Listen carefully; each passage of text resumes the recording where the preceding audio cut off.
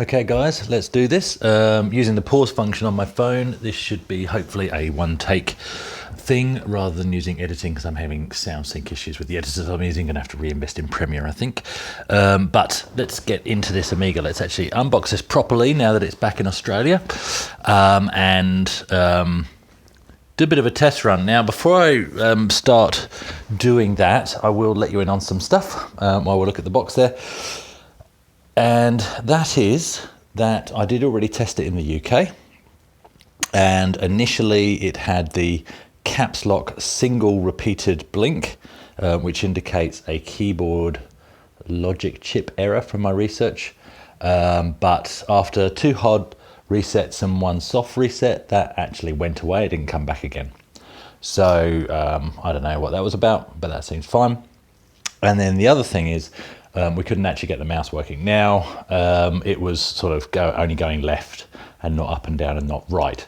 So that's another thing that I'll be troubleshooting, but it's since been shipped all the way back. I won't bore you with that story today, another day.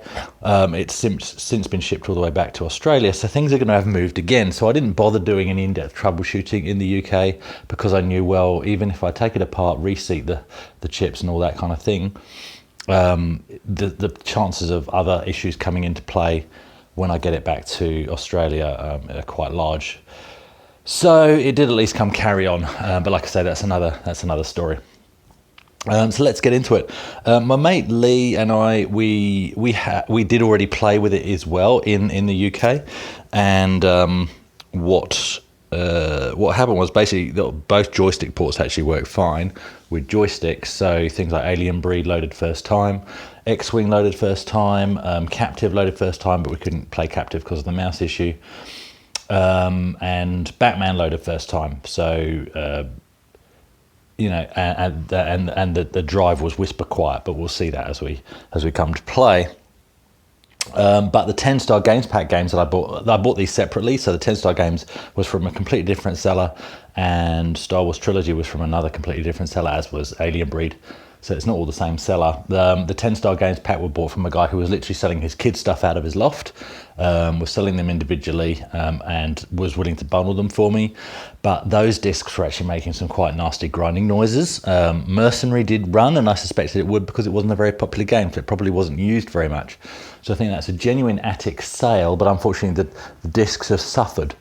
So I'm not going to even try any more of those, because I don't want to put bad discs in a good drive, until what I'm going to do is try and clean those with isotope, and then I'll try them. So those won't be going back in the machine for the time being. Okay, so let's get on with the Batman pack itself.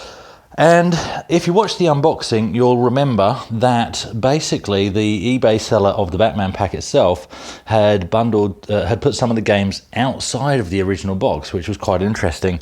And I think I know why, basically, because it's a pig to actually get everything back in its original box. So I think rather than risk damaging this wonderful box, there are some couple of rips here and here.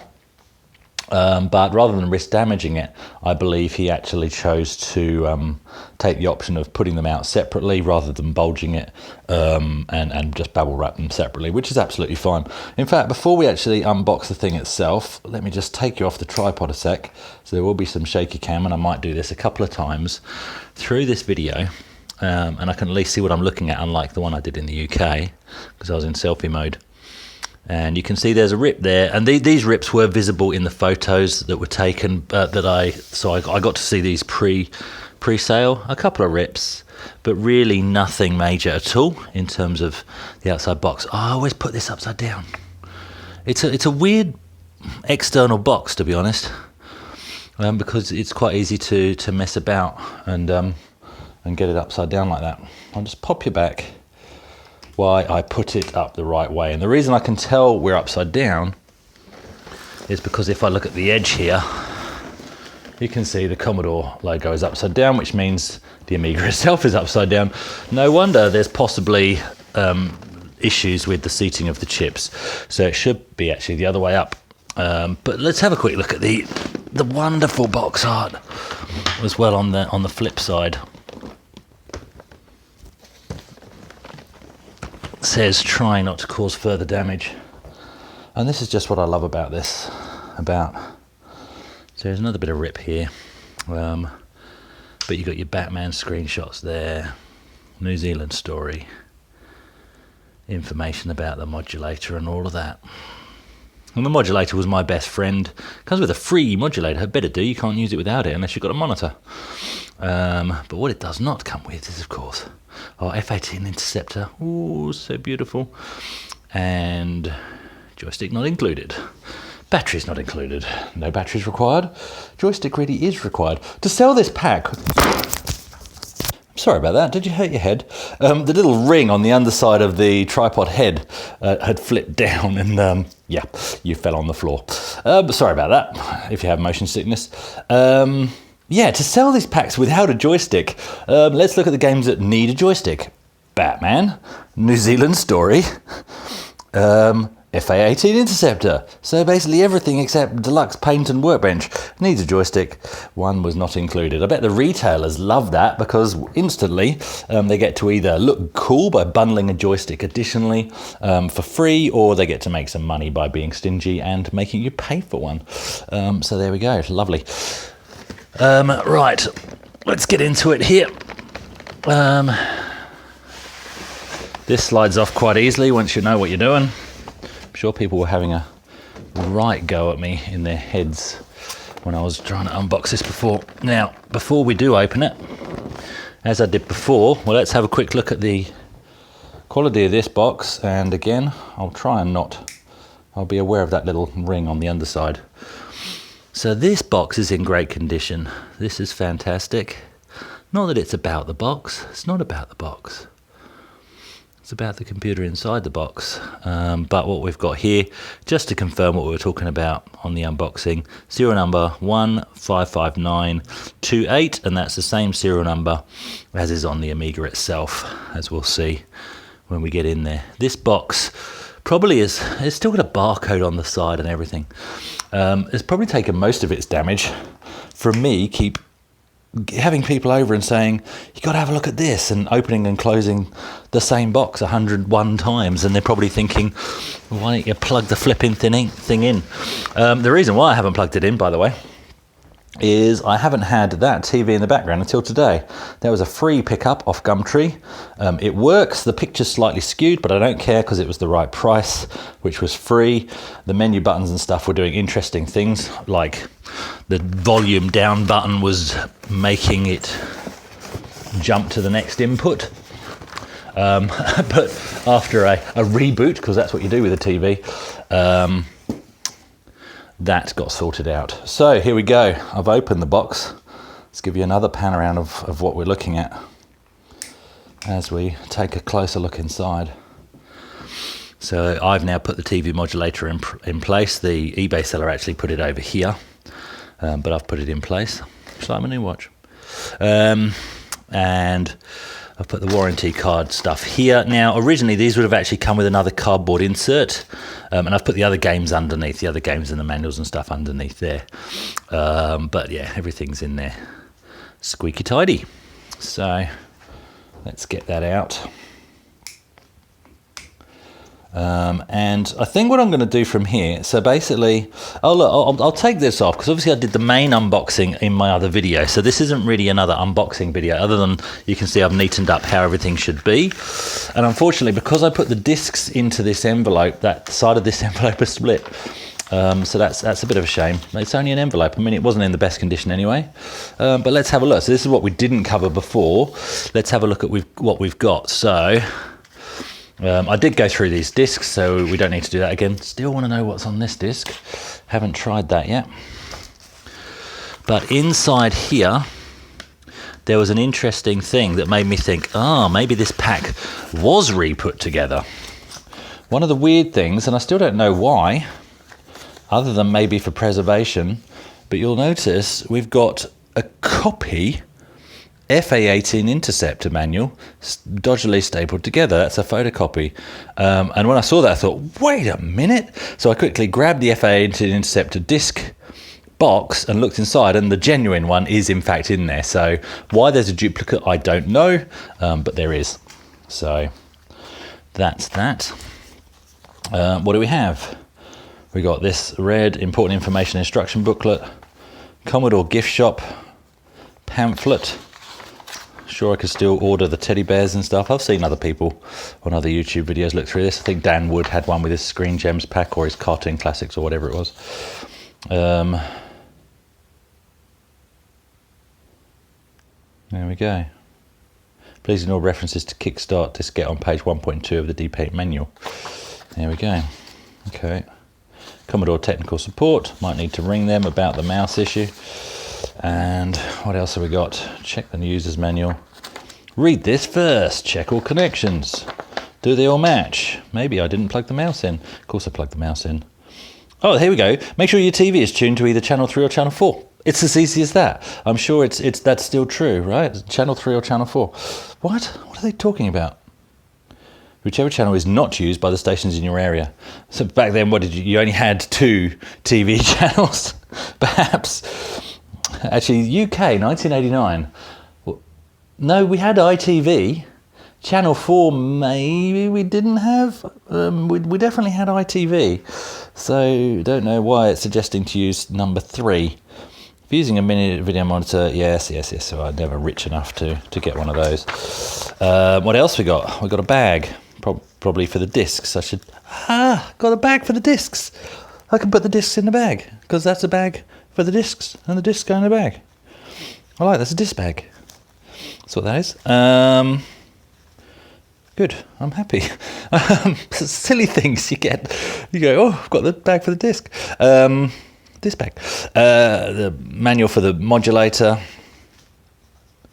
Do not attempt a connection to a printer on your Amiga until you have read the section about printers. Oh, must read the section about printers.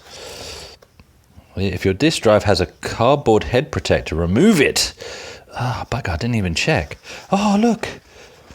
Checked by. Okay, if you work for Commodore UK and you recognise these signatures, please get in touch. I'd love that. I'd love to know who checked and processed my Amiga, which is serial number. The serial number is here as well. This is fantastic. 158928. Hang on, is that the same serial number? Maybe that's a different number. Maybe that reference number. Maybe it's a reference number. Well, I tell you, my memory these days. 15. Yeah, no, that's it. 158928. I thought there was a double digit in there somewhere.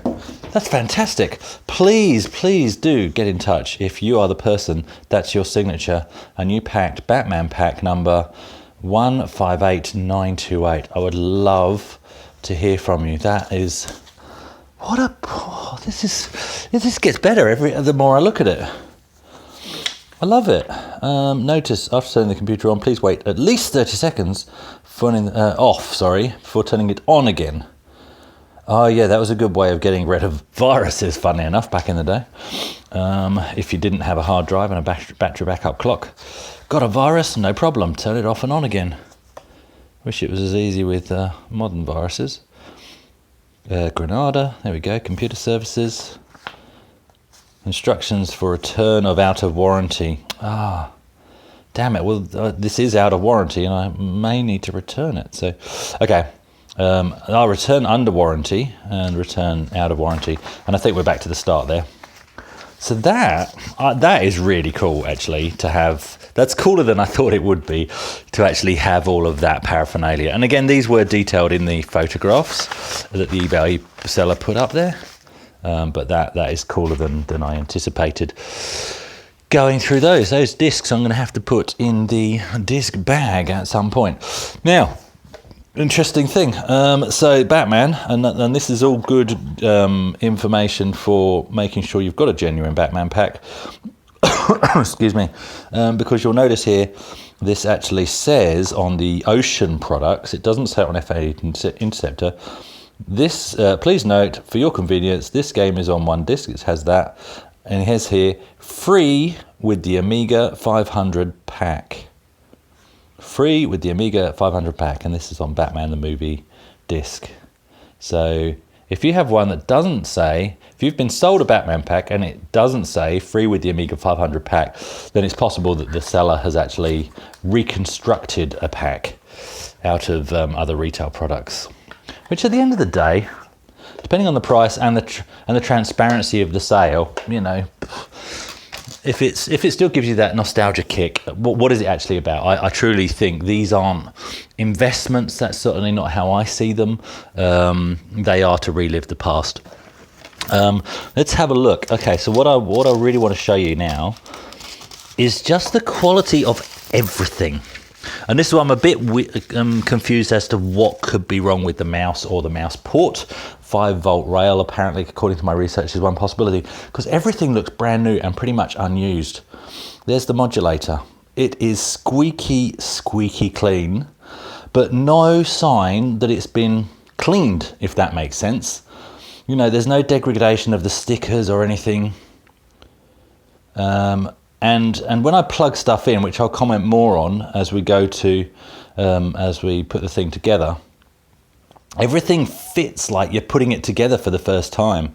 Seriously, it's absolutely insane. Everything's tight. It doesn't feel like it's been plugged and unplugged over and over again. L and H, can't remember what that was for. If only I had the manual. Oh, I do have the manual. Right. That's that. So same with, let's get out next the mouse.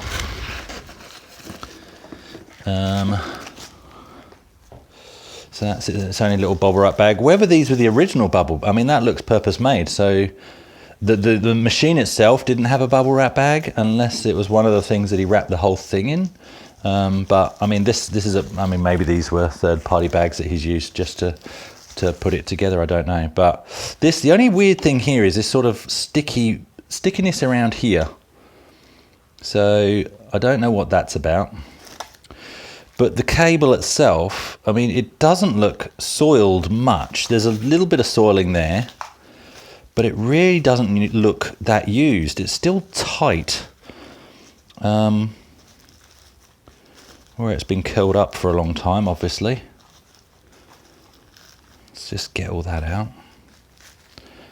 And the mouse itself, like, I mean, these pads have moved to one side, but there's not much, you know, the scum that you would usually see here. And now if we look inside the mouse itself, because obviously I had to do this to try and work out why the mouse wasn't working. One of the first things I remembered to do was, well, you check the rollers for fluff and crap.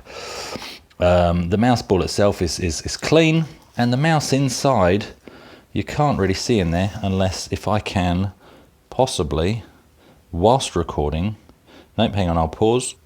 No, I can't change what the camera's doing. I thought I'd be able to turn the light on, but sorry. But the rollers are really clean, and but they don't look like they've been cleaned recently, in terms of there is some actual fluff on there, but not much. And moving the rollers didn't affect what I was seeing. So look, it may magically work when we plug it in today, I don't know. But I'm just astounded at the quality of this. It doesn't look like it's been restored. To me, it looks like original good condition. And this is the colouring I remember, this sort of brown colour. It hasn't yellowed. This hasn't yellowed, and it's not white, which is what everybody seems to be going for with the whole retro biting thing.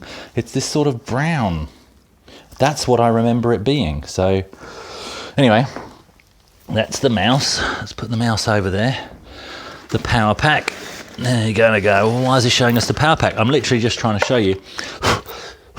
Just trying to get rid of the fluff there. Everything is consistent in colour. Yes, there's some dust up here. So it's certainly been used. But again, you know, in terms of, I mean, when you scrub stuff to clean it up, things like the stickers and stuff are going to come off. These markings here are going to wear. This doesn't look like it's been restored. This looks like it's genuine aged and not aged much. So again, this all goes towards the story that I've been told, that this was an old guy who bought it when he was about 40 and just used it a tiny bit and put it in the loft. It's all very, very plausible. the more I look at this. Let's look at the computer itself now. And what I might do for this, rather than, I mean, I'll hold it up for a bit there, just so you can see. And in fact, what I will hold it up for, because I don't want to put it down upside down, is again that magic serial number. Can we get that on the screen? Yes, there we can. Just trying to stop the light from reflecting. 1, 5. That's it, it's 155. What does that say? My eyes. 155928. So that says 155928. So maybe that other number, that says 155928. That's what that says. This says 155928. Where was that piece of paper? I thought that said something different. So that's interesting. Maybe, I mean, maybe that's how the numbers on the cards went. I don't know. 155928. Where'd that little card go? Can't find it now. Right. Let's have a look through here. See, I didn't think it said 155.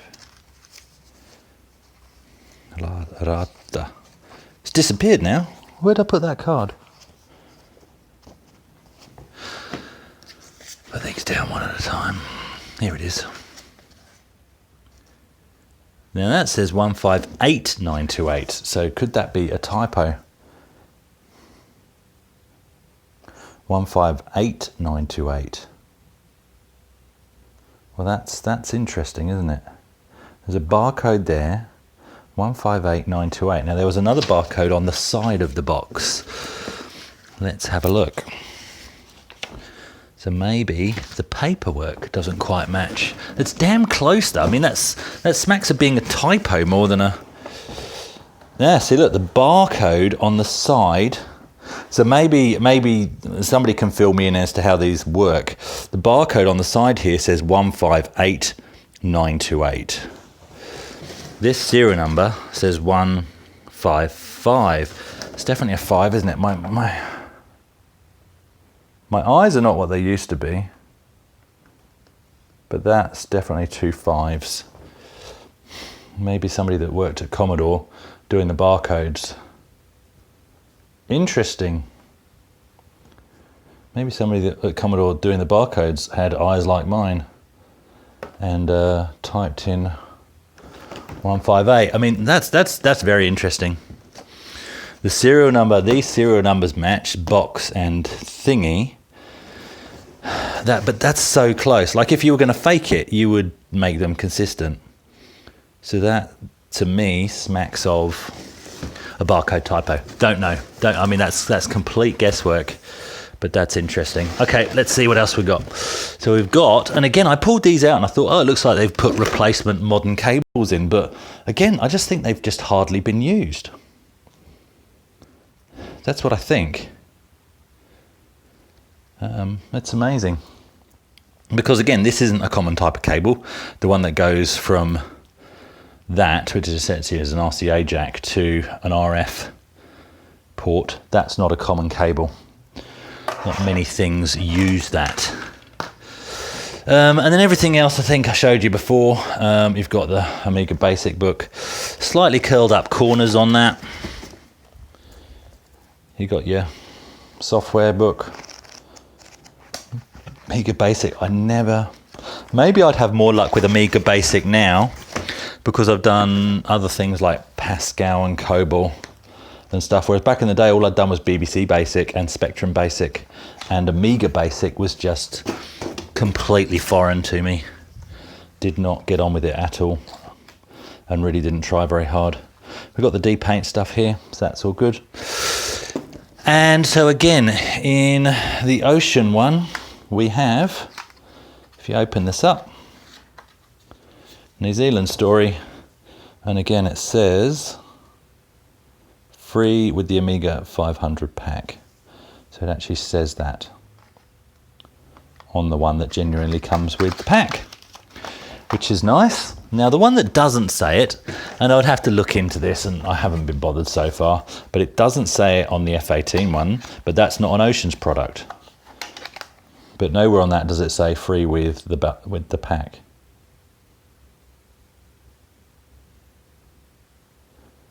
So there we go, advanced features with 1 meg of RAM, like the intro music that sounds like Top Gun. One of the few questions I had for the seller before buying this was, does it have the code wheel? And he happily showed me a photo of the code wheel, which was great. And you've got the original manual there. And you've got your card there. Now, did this come with a keyboard overlay? I can't remember. There isn't one in here that I can see. I just can't remember if F18 is one of the many flight sims that required a keyboard overlay. I got heavily into my flight sims when I got my Amiga. So this can be quite a long video, isn't it? Sorry about this.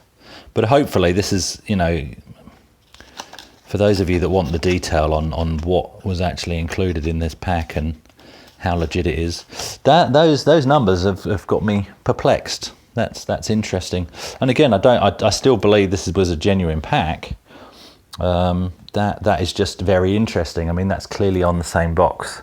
And like I say, if you're going to fake it, you would make sure the numbers matched if you were going to fake it. So, and those two numbers are on the same box. Let's not keep going on about those numbers. So there we go. So that's that.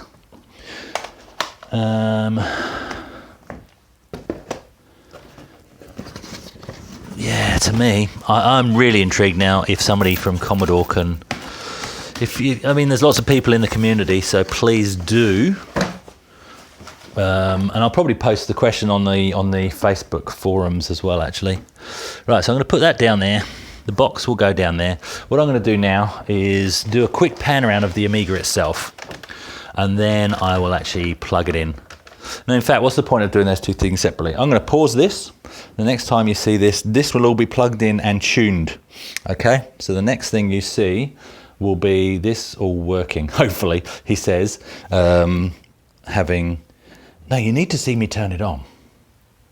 You need to see me turn it on. So I'll plug everything in because you know how to do that. And then we'll, that joystick there was just for testing the TV, by the way. Yeah, we'll go from there. Pausing. So as if by magic, it's all plugged in. Okay, you ready for this? The power pack is on the floor, so bear with me while I just reach around and flick that on. I don't want to do it. I've already done it before, but I don't want to do it. It's come in the cabin. Look, I'm this, you know, been in the airplane and everything, and in my bag. Here we go.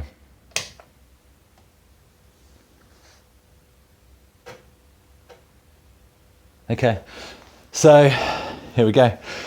Let's have a look around. So I'll take you closer to the beautiful A500 while she's on.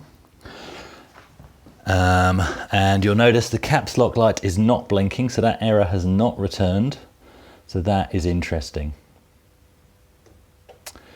And what else do we have here? We have the red power LED. And now just listen, actually. I'm using the microphones, the headphones. So I'm going to take this headphone off and put it next to the drive. You listen to how squeaky clean this drive sounds.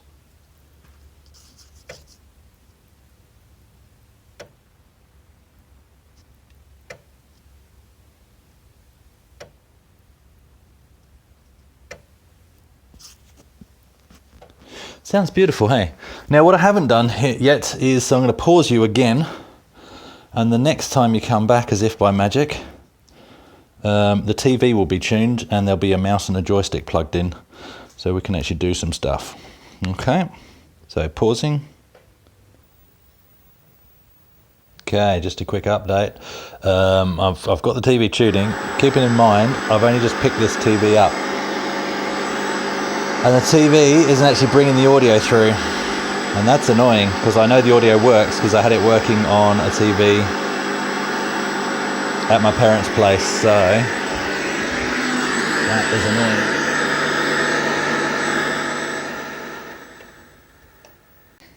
One theory is NTSC versus PAL, maybe? What was the LH switch? But like I said, it worked on my dad's TV back in the UK. The selector switch, as it details there on number 8 on page 7. No, number 7, set the channel selector switch to L or H. L is 5.5 and R is 6 megahertz. So it's nothing to do with that. It's not PAL versus NTSC that's accidentally flicked over during transit or anything. So I think it's this TV because I have perfect sound. I've tried using the fine tuning and I still get the same issue. The only thing I haven't tried is rebooting the Amiga itself. So we'll do a hard reset. This isn't going to fix it.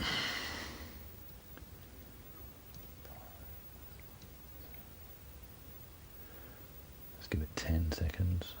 Everything's plugged in firmly.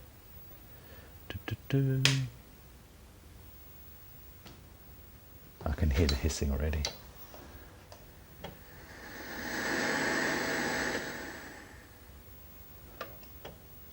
Well, that's what you get with a free TV. The sound on the TV itself works fine on this, but that's not the video in.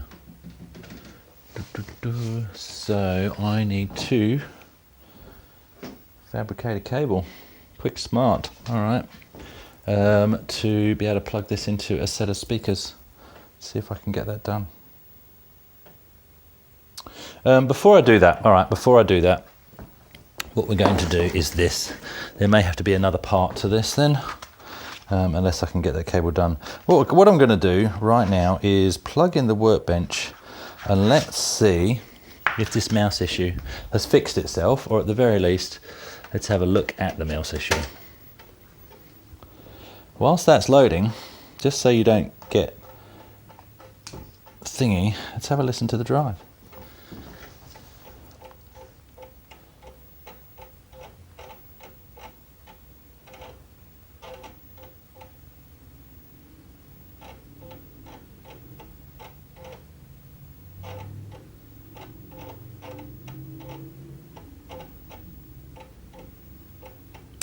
And this is the coloration I remember as well, red and the green. Right, so, I mean, I should be able to move the mouse already. And I cannot. The button on the mouse works. Does that. But moving the mouse is doing bugger all. Maybe the joystick is on a different port anyway.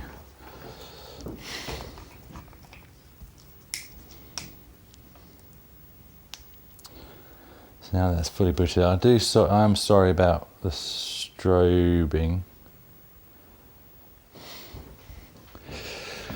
But if I open the mouse, okay. So yeah, pressing on it, you do get the workbench menu up on right click, sorry. If I open the mouse and do the rollers, see, I'm now getting nothing at all before. Oh no, there we go. So I do get some movement on, but very, very poor movement on the left and right. So could it be even a cable issue? Very inconsistent movement. Where's the horizontal? The vertical, sorry. Vertical's doing nothing at all. So I don't know if that's the mouse itself. Easy way to troubleshoot that is to get another good mouse. So I don't want to put a game in yet until we've got some sound going. So bear with me. Let me see what magic I can pull out of my hat. Bear with me, still working on it. Okay, we're back, and I haven't had to use. Sorry, microphone's not in Bit flustered, wasn't expecting this extra work. Okay, we're back, and I haven't had to jimmy rig the cable I showed you just now. Well, that's interesting. Keyboard caps lock is now flashing again, so we do have an issue there. Let me just pan down and show you that. That is now flashing again. So there are, I think what's going to have to happen here is I'm going to need to open this up and reseat everything. You know, it's clearly been moved about a lot. But what I have done, and I don't know if this is going to work by moving the jack around, I found one of these triple, you know, so it's meant to be video and 2 audio in, but I've taken the audio feeds into the back of this speaker, but obviously that's going to be a triple at that end. So I think if I jimmy it out, well, let's see what we get. But to test that, what we're going to have to do is put a game in. There we go.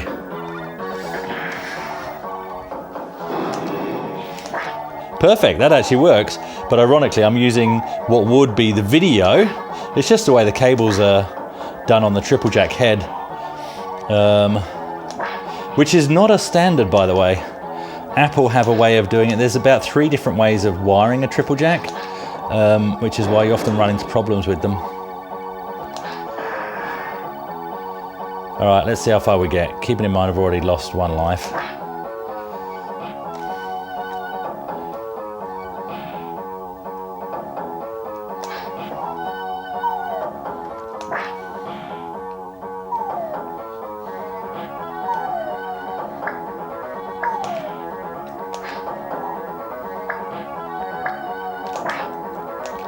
Oh, that's not good.